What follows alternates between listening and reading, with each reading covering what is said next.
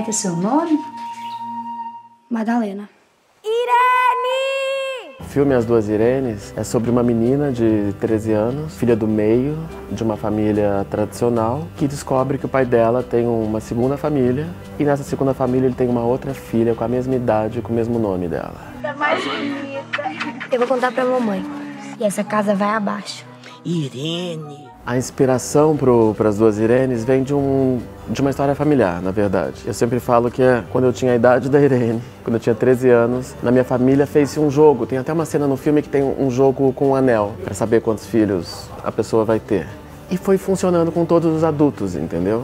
Quando chegou no meu avô, esse anel deu muito mais do que o previsto. E ele, inclusive, tem duas com o mesmo nome. Então, esse foi o ponto de partida. Agora, a diferença é que a minha tia nunca quis conhecer a outra menina. Então, o filme é o que teria acontecido, né? O que poderia ter acontecido se ela tivesse dado esse passo. Apesar do filme ter esse ponto de partida, ele não trata só dessa questão familiar. É muito sobre a descoberta da identidade, também da vida adulta, né? Porque ela está nessa idade, que ela está deixando de ser criança, ela está começando a entender como é que se dá a sociedade. E é meio naquele momento onde você quer entender quem você é e quem você quer ser.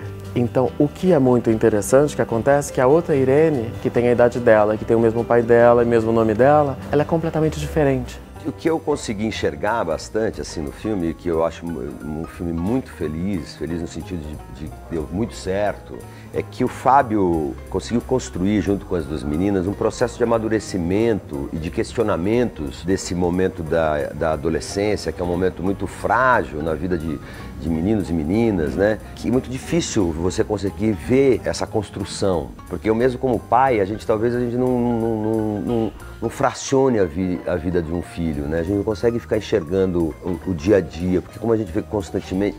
Então lá no filme foi lindo de ver que em um pouco mais de um mês essas meninas se transformaram mesmo. E o filme dá essa dimensão de quanto um dia na vida de um adolescente é tão fundamental, uma percepção de mundo completamente diferente. Então é uma lente não muito macro, ela é uma lente muito íntima da vivência dessas duas meninas, né?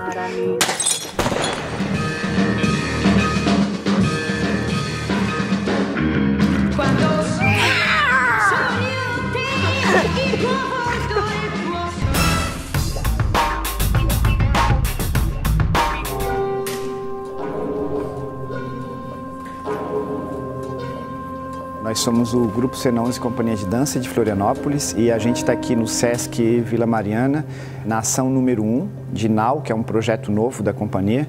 É a primeira residência que a gente está fazendo como no início de uma investigação. E essa residência ela tem várias ações correlatas que tem a ver com a posição da companhia hoje, depois da estreia de Protocolo Elefante em 2016, que foi o nosso último projeto.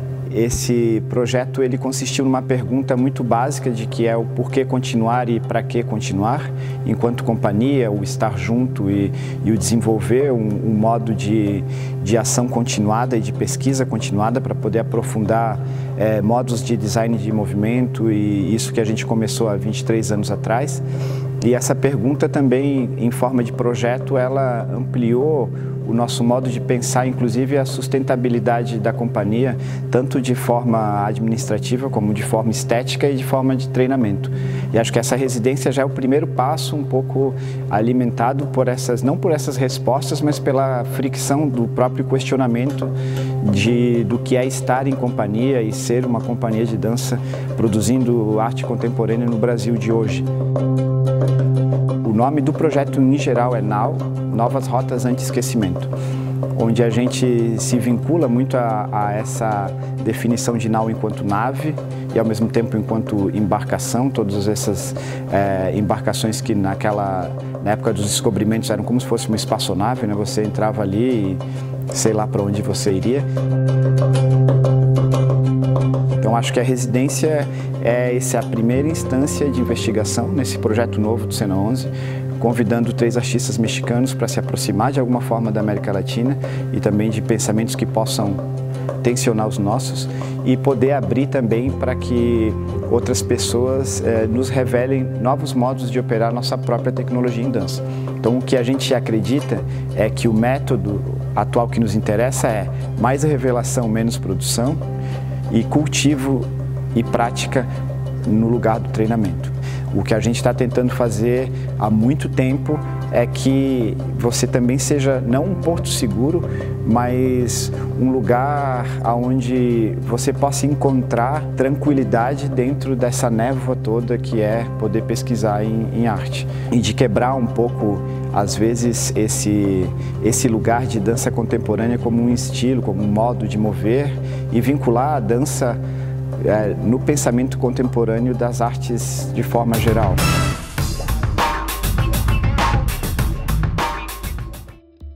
Per capire bene quali sono i saperi utili e i saperi inutili nella nostra società è facilissimo, basta guardare i bilanci dei governi. Dove si taglia sempre la letteratura, la musica, la filosofia, l'arte, tutti quei saperi che vengono ritenuti inutili perché non producono profitto. E lo stesso discorso vale per la scuola, per l'università, per le biblioteche, per i conservatori di musica, per gli scavi archeologici. È un disastro enorme. La cosa più importante che io sostengo nel mio libro è che l'umanità ha proprio bisogno di questi saperi inutili perché sono saperi che rendono l'umanità più umana. Il tema della corruzione è un tema importantissimo. Non è vero quando i governi ci dicono non ci sono i soldi per la cultura, perché i soldi ci sono.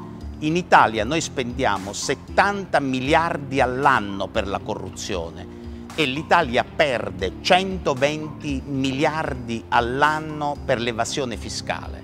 Lo stesso problema vive il Brasile. Voi avete visto poco tempo fa un presidente della Repubblica accusato di corruzione. Il processo si dovrà fare, si vedrà se è vero o non è vero. Però la cosa curiosa è che il governo che è subentrato dopo questo governo precedente è un governo che la prima cosa che ha fatto ha chiuso il Ministero della Cultura, come se il Ministero della Cultura non avesse nessuna importanza. Come si può combattere la corruzione se non con la cultura? I buoni magistrati, le buone leggi, certo aiutano, ma la cosa migliore per combattere la corruzione è proprio quella di far capire ai giovani che i valori più importanti sono i valori dell'amore per il bene comune, del rispetto della giustizia, della democrazia, di tutti questi grandi valori che oggi vengono disprezzati. E allora l'istruzione, l'università sono molto importanti per far capire ai ragazzi quali siano i grandi valori. Purtroppo oggi stiamo corrompendo anche le scuole e l'università. Io nel mio libro lo dico con chiarezza, gli studenti sono diventati clienti e le università sono diventate aziende che devono vendere i diplomi. È una maniera sbagliata. La missione che noi professori dobbiamo avere è di far capire agli studenti che non si va all'università per prendere un diploma, non si va in un liceo per prendere un titolo. Quello che conta è studiare per se stessi, perché è il viaggio e l'esperienza che noi facciamo che ci rende migliore. E allora la cultura questo dovrebbe insegnare. Purtroppo nella nostra società utilitaristica ormai si sta corrompendo quasi tutto, si sta corrompendo l'istruzione, come ho detto prima, e si sta corrompendo l'università. E quindi questo è quello che voglio dire. L'utilitarismo sta ormai invadendo tanti settori e noi dobbiamo difendere l'utilitarismo con i classici, con la cultura, con l'istruzione. O filho perguntou pro pai onde é que tá o meu avô. Meu avô, onde é que tá? O pai perguntou pro avô onde é que tá meu bisavô. Meu bisavô. A ideia do Refavela 40, ela veio, na verdade, um pouco antes dos 40 anos que está se completando nesse ano de 2017. E é um disco muito emblemático da carreira do meu pai, por tudo que envolve, pelo fato dele ter sido gerado a partir de uma viagem à África, a primeira viagem dele à África. A primeira coisa que influenciou o disco foi o disco anterior, o Refazenda, onde eu tinha tratado das questões assim mais ligadas à minha origem baiana nordestina, né? O fato de eu ter sido criado no interior, ter tido a música então chamada sertaneja daquela época, né? Como um dado importante de influência sobre o meu trabalho. E quando veio o trabalho seguinte, a primeira coisa que me ocorreu foi essa, foi deslocar o sentido da revisão, da retomada, do retorno, que era o ré do Refazenda, exatamente. O que deu uma oportunidade muito clara para isso foi a minha ida à África, ao festival, o Festac, em Lagos, na Nigéria, onde, enfim, eu encontrei primeiro a própria Nigéria, a origem muito forte do povo negro baiano, né, que tinha basicamente todo mundo vindo dali do Golfo da Guiné. E aí convívio com quase 50 mil artistas negros que tinham vindo de todas as partes do mundo. E mais ainda a impressão do lugar onde nós ficamos, que era uma espécie assim de acampamento olímpico. Era aqueles apartamentos tipo BNH aqui no Brasil, né? Essas construções populares, em geral com 3 andares e parecendo os Pombais, e aquela coisa toda. E aí me veio muito a ideia de que aquilo ali era uma espécie de favela, de refavela, como tinha sido a transposição dos moradores de várias favelas aqui do Rio para Vila Kennedy, na década de 50, durante o governo, se não me engano, de Carlos Lacerda.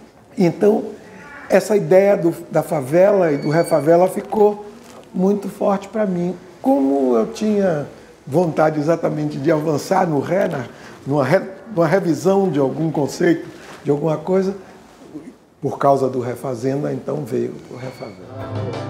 Refavela revela o passo com que caminha a geração. Do Black jovem, do Black Rio, na nova dança no salão.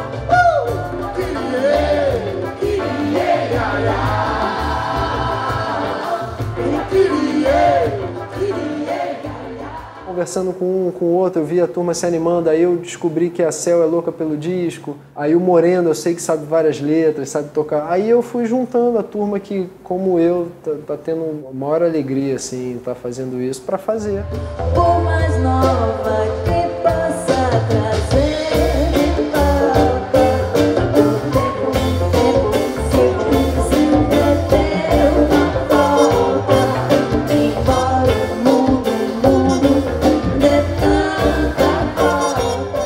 Foi curioso porque eu estava numa imersão nesse disco novamente, naturalmente assim, minha, de vontade de rever mesmo.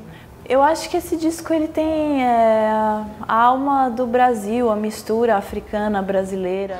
Eu não te ensino minha malandragem, nem que eu pego minha filosofia. Quem dá luz é cego, é pegar a branca que cê dá Luzia.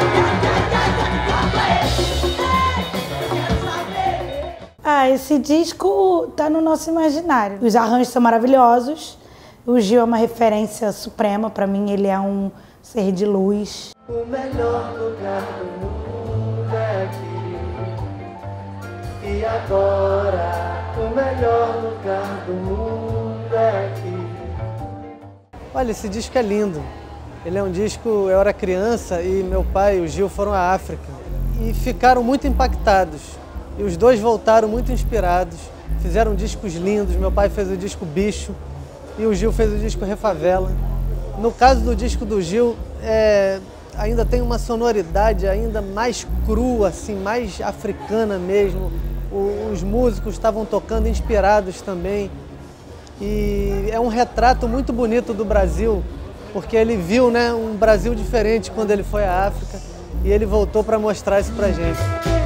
Alapalá, Egum, espírito elevado ao céu, machado astral, ancestral do metal, do ferro natural, do corpo preservado, embalsamado, em bálsamo sagrado, corpo eterno.